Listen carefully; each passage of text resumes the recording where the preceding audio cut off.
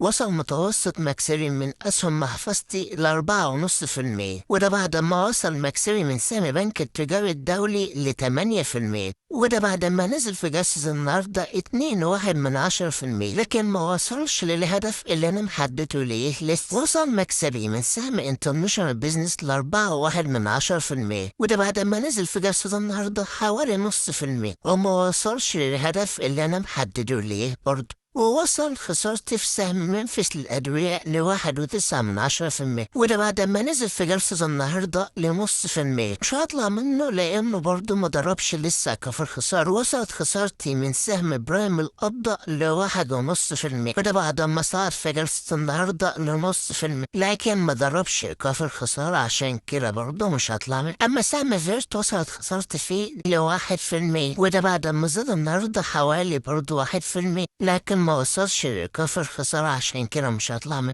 أما وحش النهاردة سهم وادي كومومبو، حصل فيه تصفيرة ل17%، واللي انفجر وعدى الهدف الثالث والهدف الرابع. عشان كده قررت اخد راس المال واسيب الربح لحد ما يحصل تقاطع سري في المتوسط المتحرك 50، ويبقى اسفل المتوسط المتحرك بتاعي.